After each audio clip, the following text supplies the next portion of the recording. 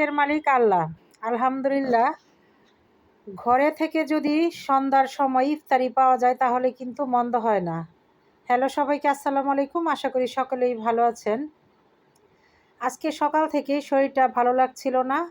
ভাবলাম যে কি ইফতারি খাবে বাচ্চারা, আর আমি সাধারণত ইফতারি বানাই, আমার বাচ্চারা কি খাবে সেটা ওদের কাছে জিজ্ঞাসা করি। কিন্তু আজকে মনে হলো যে আমি ওদেরকে একটু জিজ্ঞাসা করব না, আমি আমার মন মতো ইফতারি বানাবো। তো ইফতারির জন্য আমি আলু ডিম সিদ্ধ দিয়ে দিয়েছিলাম। এমন টাইমে হঠাৎ করে একটা ফোন আসলো। আমার এই সম্পর্কে এক আপা হয়। আপা বলতেছে যে ওনাদের আবার রেস্টুরেন্ট আছে উত্তরা ৫ নম্বর সেক্টরে, লেকের পাশেই। যে আপা, আজকে আমাদের রেস্টুরেন্ট থেকে আপনাকে ইফতারি দিব আপনার বাসার জন্য। আমি ওনাকে না বললাম যে না, কারণ গত বছরও উনি আমাদের ইফতারি দিয়েছিল।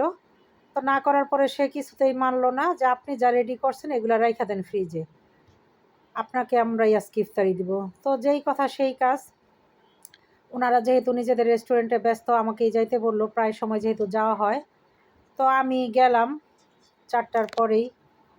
আবার ওনার ছেলে আবার আমার মেয়ের সাথে আর কি একসাথে পড়তো, ভালো একটা সম্পর্ক। ওনাদের রেস্টুরেন্টের খাবারগুলো ভালোই হয়। তো এটাই ভাবলাম, যেহেতু শরীরটা ভালো ছিল না, ইফতারিগুলো পেয়ে গেলাম, সাথে আবার মজার হালিম ছিল। ওনাদের প্রতিটা আইটেমই খুবই মজার।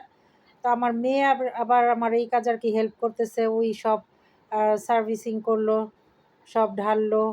হালিমটা তো খুবই মজার ছিল।